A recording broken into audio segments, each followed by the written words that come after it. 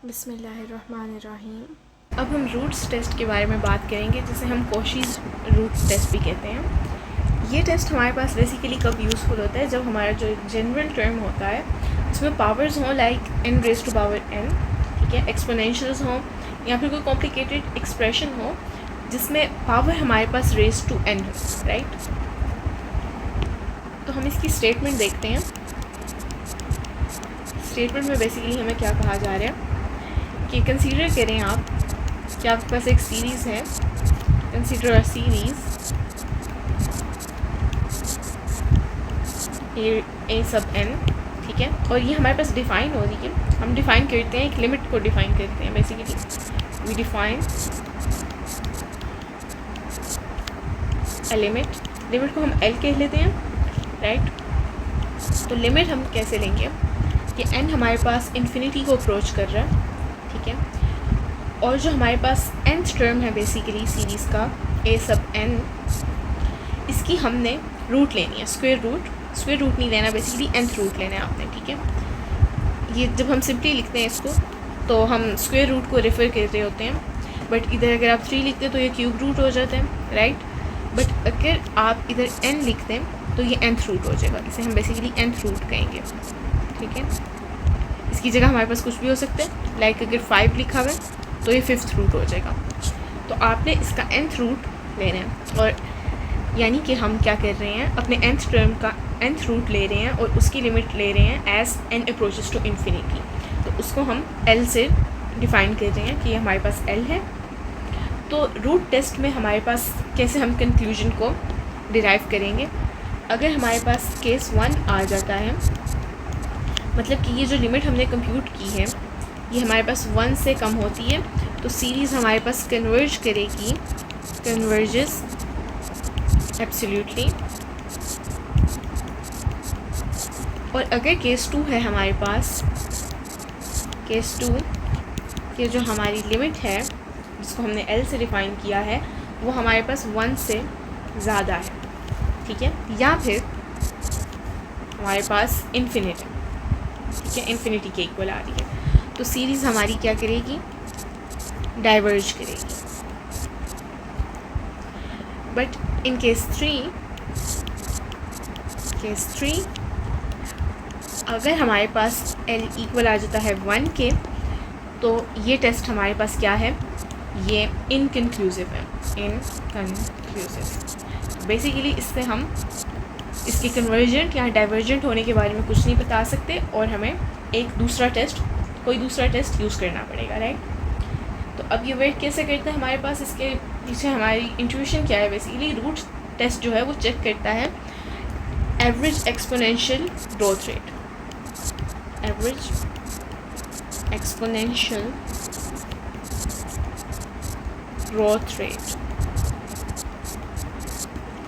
हमारे टर्म्स का average exponential growth rate basically हमारा ये रूट टेस्ट चेक करता है। अगर तो टर्म्स हमारे पास जल्दी श्रिंक कर रहे हैं, श्रिंक फास्ट, तो सीरीज़ हमारे पास कन्वर्ज कर जाती है, ठीक है। तो अगर हमारे पास ग्रो कर रहे हैं या फिर श्रिंक कर रहे हैं बट टू स्लोली, मतलब कि बहुत फास्ट नहीं है, वो स्लोली हमारे पास कर रहे हैं, तो सीरीज़ हमारी डाइवर्ज कर जाएगी। और अनक्लियर है अगर हमारे पास, मतलब कि l इज़ इक्वल टू 1, तो हमारा टेस्ट ही फेल हो जाता है, टेस्ट फेल्स। बस हम बता नहीं पा रहे कि ये बहुत फास्ट जा रही है या बहुत स्लो जा रही है। बेसिकली यहाँ टेस्ट को हम इनकन्क्लूसिव डिक्लेयर कर सकते हैं। अब हम एग्जाम्पल भी देख लेते हैं। तो बेसिकली एक बेसिक एक्सपोनेंशियल फॉर्म वाली एग्जाम्पल देखते हैं कि सीरीज़ है हमारे पास 1/2 raise to power n, right. तो स्टेप 1 में हमने क्या करना है, हमने nth टर्म का nth रूट लेना है। तो nth टर्म हमारे पास बेसिकली क्या होगा, n की जगह हम n ही सब्सटीट्यूट करेंगे और इसका हम nth रूट ले रहे हैं, राइट। तो देखिए n ही हमारे पास पावर है और nth ही रूट है, तो जिस तरह स्क्वायर रूट हो और हमारे पास अंदर 2 की पावर 2 हो, राइट, अंदर भी स्क्वायर हो और बाहर स्क्वायर रूट हो, तो ये कैंसिल आउट हो जाते हैं और 2 बचता है, राइट।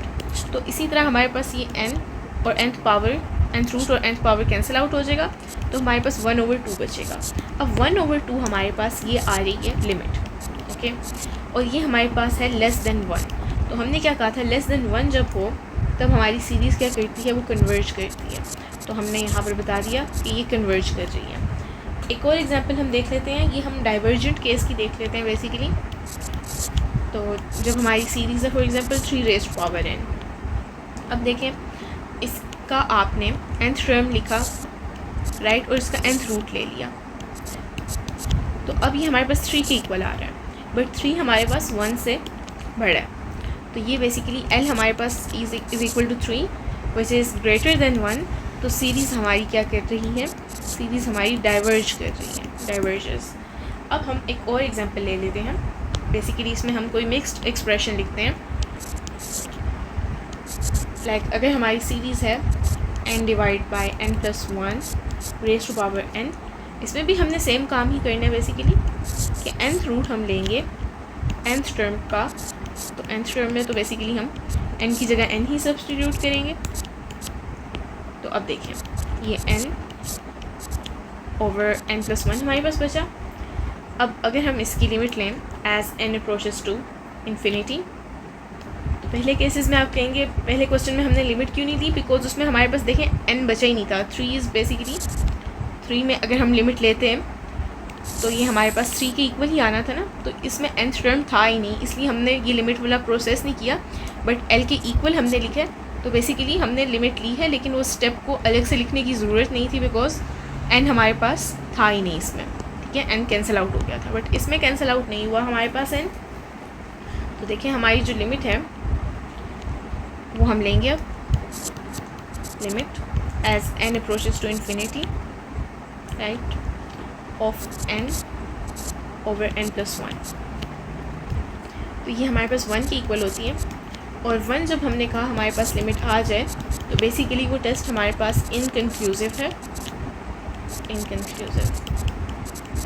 तो अब हमें इस पर कोई और टेस्ट अप्लाई करना होगा, लाइक लिमिट कंपैरिजन या फिर लॉग टेस्ट आप अप्लाई करके देख सकते हैं। अब देखिए एक और एग्जांपल हम देख लेते हैं। बेसिकली इसमें हमारे पास फैक्टोरियल है, राइट, एक्सपोनेंट भी है और फैक्टोरियल भी है। अब हम क्या करेंगे, nth टर्म का nth रूट ले लेंगे, ये nth टर्म है, इसका nth रूट ले लिया हमने, ठीक है। तो ऊपर वाला टर्म तो देखें इसमें हमारे पास n था, तो बेसिकली इसका nth रूट कैंसिल हो जाएगा, और नीचे हमारे पास nth रूट जो है वो वैसे ही आ जाएगा, बिकॉज यहाँ पर हमारे पास n पावर नहीं है, ठीक है। अब एक मैथमेटिकल रिजल्ट है हमारे पास जो कि हमें पता है, जो कि हमें कहते हैं n फैक्टोरियल का nth रूट हमारे पास n ओवर e के अप्रोक्सीमेटली इक्वल होता है, ठीक है। तो इसकी जगह हम सब्स्टिट्यूट कर लेंगे, मतलब कि इस टर्म को इसकी जगह हम n ओवर e लिख देंगे, ये हमारे पास इक्वल आ जाएगा। बेसिकली ये तो देखिए कैंसिल आउट हो गए थे, तो ऊपर n बचा था, और डिवाइड बाय नीचे हम लिख देंगे n ओवर e, राइट। तो ये हमारे पास बेसिकली बचता है, देखिए n और n तो कैंसिल आउट हो गए, तो ये हमारे पास 1 ओवर e है, तो इसको हम e लिख सकते हैं, ठीक है। तो अब e जो है हमारे पास आपको पता है वो तो 1 से बड़ा है, 1 ओवर e नहीं है, e है, राइट।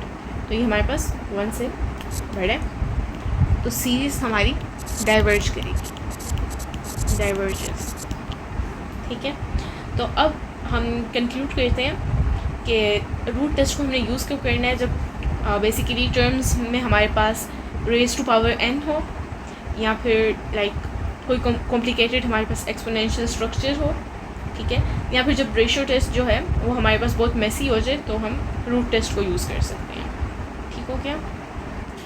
तो फाइनल समरी हमारे पास यही है कि लिमिट हमारी जब as n approaches to infinity, okay, infinity, ये हमारे पास किस टर्म की हो, हमारे nth टर्म की nth रूट की, ठीक है। nth टर्म का आपने nth रूट लेना है, देन अगर तो हमारे पास n बीच में आ रहा है, ठीक है, तब तो हमें लिमिट लेनी पड़ेगी, बट अगर कोई आंसर डायरेक्टली हमारे पास 3 आ गया या फिर 4 आ गया, तो उसकी लिमिट लेकर भी हमारे पास वही आएगा, बट लाइक अगर 3n आया तब तो आपको लिमिट लेनी पड़ेगी। तो असल डेफिनेशन तो यही है। बस जब हमारे पास डायरेक्ट कोई डिजिट आ जाते हैं तब हम लिमिट वाला स्टेप नहीं भी लिखते, डायरेक्ट ही हम बता देते हैं इसकी लिमिट इतनी ही बनेगी, राइट। बट हमने क्या करना है कि लिमिट लेनी है nth टर्म के nth रूट की as n approaches to infinity. और अगर ये जो लिमिट है हमारे पास लेस देन 1 हो तो सीरीज़ कन्वर्ज करेगी, और ग्रेटर देन 1 हो तो सीरीज़ डाइवर्ज करेगी, ओके। और अगर इक्वल टू 1 हो तब ये हमारे पास टेस्ट इनकन्क्लूसिव है। तो ये टॉपिक हमारा यहीं ख़त्म होता है।